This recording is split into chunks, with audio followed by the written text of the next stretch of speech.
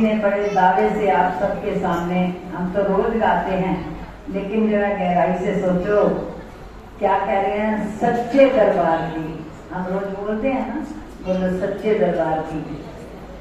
तो कभी इस बात को भीतर के अंतर मन का गहराई से विचार किया कि हम कहाँ जा रहे हैं? जब कुटिया के लिए चलते हो तो मन में ये विचार करके आप तो कहाँ जा रहे हैं? सच्चे दरबार में जा रहे हैं। और सच्चे दरबार में हमें 2 टाइम गुरु महाराज जी बुलाने के लिए पावन आरती भी करवाते हैं। 2 टाइम, जिसे 2 टाइम अपने भाग्य को चमकाने का मौका मिले, जिसे 24 घंटों में 2 बार अपनी तकदीर को जगाने का मौका मिले, सच्ची सरकार के सामने आकर सारी बात कहने का मौका मिले, फिर भी वो लापरवाह हो जाए तो उसमें उनका कसूर नहीं, हमारा कसूर। क्योंकि ये सच्चा दरबार है। बड़े भाग्यवान जीव होते हैं जिनको शहर के अंदर आश्रम मिलता है। हम समझते हैं कि आज नहीं कल, कल नहीं परसों, परसों नहीं 15 दिन, 15 दिन नहीं महीना, अगले इतवार, अगले वीरवार। लेकिन प्रेमियों किसी का कुछ नहीं जा रहा। पल पल पल पल ये मन संसार में रहता है। और संसार की हवा देख रहे हो कैसी चल रही है? कलयुग की हवा कैसी चल रही है? छत और बल से भरी। कलयुग का रूप क्या है? पाप और पाखंड का जोड़। यही है ना, राजा है इस टाइम पाप और पाखंड कलयुग का। अब हम उस राजे के पास तो रहने को हर पल 24 घंटे तैयार हैं, और सच्ची सरकार के पास आने के लिए मन हरामी सो बहाने। विचारो प्रेमियों, बात गहराई भी है। देखो, हमें कोई चुभने वाली कोई बात साधारण घर में कह देता है ना, बहू बेटी माँ बहन किसी को भी, तो हम उस बात को घर में बना लेते हैं और उसके लिए रिश्ते कच्चे पक्के कर देते हैं। इतनी सी बात अंदर लग जाए ना तो क्या करते हैं, मैं मासी नाल नहीं बोलना, मैं मामी नाल नहीं बोलना, मैं सासू नाल नहीं बोलना, मैं बहन मैंने शब्द किया।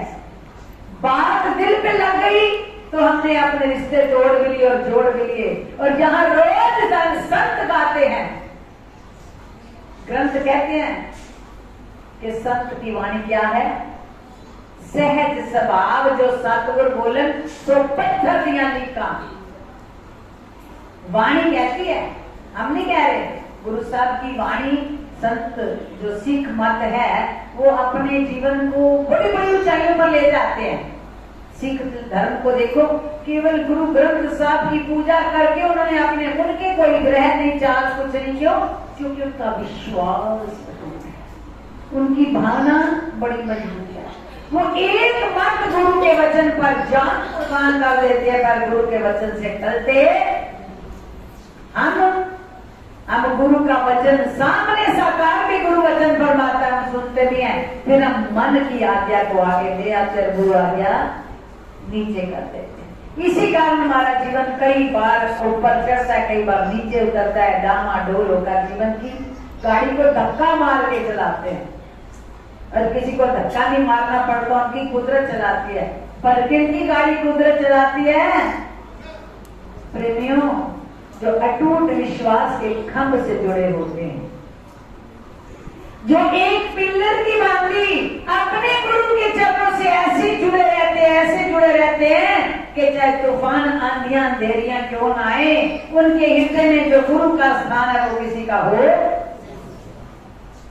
और सतगुरु बेखबर तो है। कहते एक माता पिता और गुरु, ये तीनों कभी भी हमारे लिए स्वप्न में भी बुरा ना करते हैं, ना करता सहन करते हैं। एक माँ बाप और गुरु। तो जो गुरु का दर्जा प्रेमियों, सतगुरु क्या कहते हैं कि ये दरबार जो हमने तुम लोगों के लिए बनाया, ये सच्चा दरबार है। यहाँ जो बोलो तोड़ के बोलो, जब आओ तो हृदय पाक साफ करके आओ, क्योंकि इस सच्चे दरबार में आने पर तुम्हें हृदय की सच्चाई जब होगी, सच से सच का कनेक्शन जुड़ने में देर नहीं लगेगी। मन मलिन होगा तो सच्चे दरबार में आकर भी कुछ हासिल नहीं हो पाता। मन बात है कि हम तो वहां जा रहे हैं जहां श्री गुरु महाराज ने देखती हमारे भाग्य की रेखाएं बदल गई। हम तो उनके पास जा रहे हैं जो मेरे अंदर की जानते हैं, और वो जो मुझे इशारा देंगे मेरे जीवन में, उससे बड़ा कोई चमत्कार नहीं। तो लेने वाले में बड़ा निर्भर है। इस दरबार में तो वो भी प्रेमियों नजारे देखने को मिलते हैं। जैसे कि आप सब जानते हो कि देवकी ने जब भगवान बाल लीला का सुख नहीं देखा था, तो उसने भगवान का पहले तुमने कहा प्रभु मेरी एक तमन्ना बड़ी रह गई है कि मुझे तुमने बाल लीला का सुख नहीं दिखाया।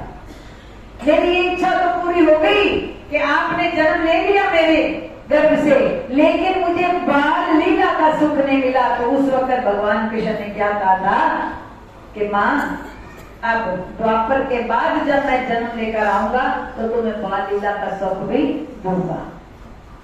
वही वासुदेव कुल, वही 8वीं संतान नगरी निवासी भगवान श्री नगरी निवासी भगवान जी का कुल कौन था? वासुदेव कुल के हैं, और अपने माता पिता की 8वीं संतान है, और वही कृष्ण का अवतार है। वही भगवान कृष्ण के समय जब उनके द्वार पर भगवान शिव रूप बदल करके दर्शन करने आए थे, दोनों एक ही तो शक्तियां थी। तो ठीक इसी तरह जब श्री नगरी निवासी भगवान जी का जन्म हुआ तो इनके दरवाजे पर भी रूप बदल कर फकीर आए और माँ से कहा भिक्षा। तो माँ ने कहा क्या दुख? कहते नहीं, मुझे तो अपने लाल के दर्शन करा। जब माँ नहीं मानी कि मेरा नन्हा सा बच्चा मैं कैसे बाहर ले आऊं, पता नहीं फकीर क्या कुछ कर ना दे, कोई नजर ना लग जाए, बड़ा टाल मटोल किया, पर वो खड़े रहे, अड़े रहे।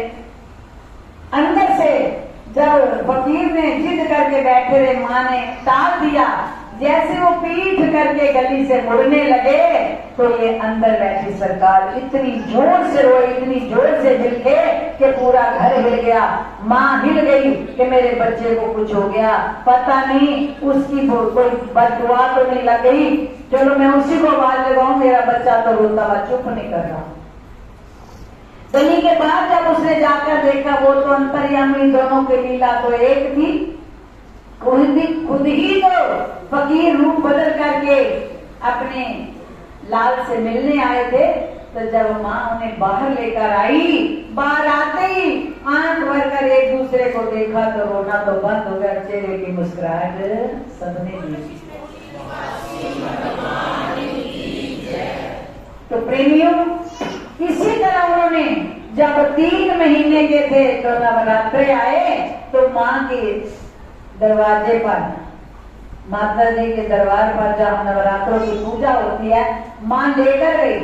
3 महीने के थे तो मंदिर में भीड़ थी। गांव में छोटा सा मंदिर था टेरी में। तो जब अंदर जाते समय लगा कि मेरे बच्चे का दम ना घुट जाए, बाहर बड़ा सुच्चा जमाना होता था, बड़ी पवित्रता ही होती थी, कोई छल वल था नहीं उस जमाने में। तो उन्होंने चबूतरे पर बाहर एक भगत बैठे थे, उन्हें कहा मेरे बच्चे का ध्यान रखना, मैं मत्था टेका। माँ अंदर मंदिर से मत्था टेक के आई तो बालक आलोक हो गया। उनके बैठे बैठे जब आलोक हुआ, पूरे नगर में शोर मच गया, टेरी गांव में, लेकिन कहीं हो तो मिले। घर घर ढूंढ लिया, सबने ढूंढ लिया, पंडितों ने ढूंढ लिया, पर कहीं होते तो मिलते। वो तो अपनी मौज से आलोक हुए थे। 3 दिन जब पूरे शहर में हलचल मच गई तो 3 दिन के बाद पुजारी ने क्या देखा, उसी तुलसी के वृक्ष के चबूतरे के नीचे ही नाग उनके चारों तरफ है, छाया करके बैठा है। जब पुजारी ने देखा, दौड़कर घर में उनके संदेशा दिया कि बच्चा तो तुलसी के वृक्ष के नीचे उसी स्थान पर जहाँ आप छोड़ कर गई थी माता, वहां है। माँ दौड़ी आई, जैसे ही माँ पास आई, नाग देवता ने छोड़ दिया और माँ को देखते ही नाग देवता चले गए। माँ ने गोद में उठाकर गले से लगा दी। तो प्रेमियों, ये अवतार है भगवान कृष्ण का। ये संत क्या है? उनकी गोपियां हैं। ये महात्मा कौन है? उनके ग्वाल बाल हैं। जिनके साथ उन्होंने द्वापर में अनेका अनेक लीलाएं की, अब उन्हें ज्ञान के द्वारा, आत्म आनंद के द्वारा मोक्ष मुक्ति धाम तक पहुंचाने के लिए श्री गुरु महाराज जी ने अपने अनेक संत और अनेक भाई जी, अनेक भगतानियां ऐसे अनन्य रूप दुनिया में उन्होंने प्रकट किए, जिनके द्वारा गली गली वो इस जगत के कल्याण के लिए डंका बजा रहे। एक छोटी सी लीला श्री गुरु महाराज जी की। गुरु महाराज जी छोटी सी अवस्था में थे, इनके बड़े भैया की घर में शादी थी। शादी में घर में इतना मेहमान आया हुआ था, नन्ही सी अवस्था थी, अभी टोटली भाषा थी। माँ से आके कहने लगे, मैया दूध पीना है, मैया दूध पीना है, भूख लगी है, दूध पीना है, दूध पीना है, टोटली भाषा में। माँ कहने लगी, बेटा इस टाइम घर में दूध नहीं, अभी दूध आएगा तो दे दूंगी। नहीं है दूध है, रसोई में है। इशारा करने लगे माँ को खींच के। माँ कहने लगी, जा देख ले रसोई में दूध है तो। मैं कह रही नहीं है। रसोई में गए, रसोई में जाकर जब रसोई से बाहर निकले तो दूध से मुंह भरा हुआ। माँ घबरा गई कि रसोई में तो एक बूंद दूध नहीं, क्या पी के आ गया है। तो जैसे घबराई और रसोई में गई, रसोई घर के जितने बर्तन थे प्रेमियों, कुएं, बाल्टियां, पतीले, बड़े से बड़े ड्रम, सब जगह दूध ही दूध है और कुछ है ही नहीं। जब सारी रसोई दूध से भरी हुई देखी, माँ घबरा गई। जितने मेहमान आए थे वो भी घबरा गए कि ये दूध आया कहां से। वो हैरान के दूध की एक बूंद मेरे घर में कोई देने नहीं आया, ये दूध कहां से आया। हलचल मच गई पूरे आए रिश्तेदारों में। तो माँ से कहती, क्यों घबरा रही हो, मैं समेट दूं। नन्ही सी पतीली उठा करके सबके बीच में ले आए। दूध वाली पतीली भरी हुई छोटी सी ले आए, कहने लगी इसी में डाल दो। माँ कहती, और ना परेशान कर मुझे, मैं पहले परेशान हूं, दूध आया कहां से और तू क्या कह रहा है इसे मैं डाल दूं। तो जब जबरदस्ती बाल्टी घसीटी और पतीली में डालनी शुरू कर दी, नन्ही सी पतीली में बाल्टी समा गई, कुएं समा गए, बड़े बड़े ड्रम समा गए दूध के, और उस नन्ही पतीली में सारा दूध सिमट करके इतना सा हो गया।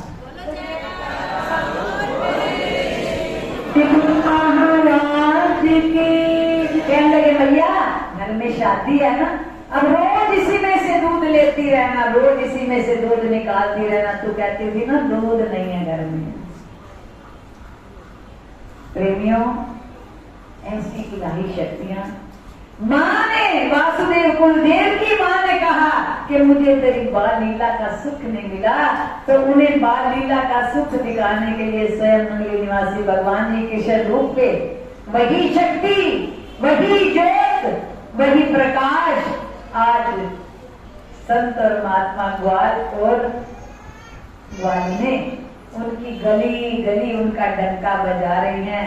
सखियां नाच के गाती थी, संत गा के लोगों को जगा रहे हैं। तो प्रेमियों, भूलो नहीं, हमारे भाग्य का कोई तो ऐसा उत्तम कर्म जरूर होगा जो हमें इस घोर कलिकाल में भी सतगुरु ने बाजू पकड़कर अपनी चौखट दे रखी है, अपने दरबार से जोड़ लिया है, अपनी शक्ति से भरपूर करने के लिए सच्चा नाम धन दे दिया है।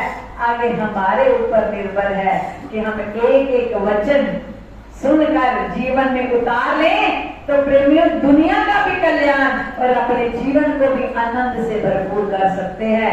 इसीलिए प्रेमियों, हृदय इस बात को हर पल एहसास करे, क्या कि बोलो मेरे नगली निवासी भगवान की।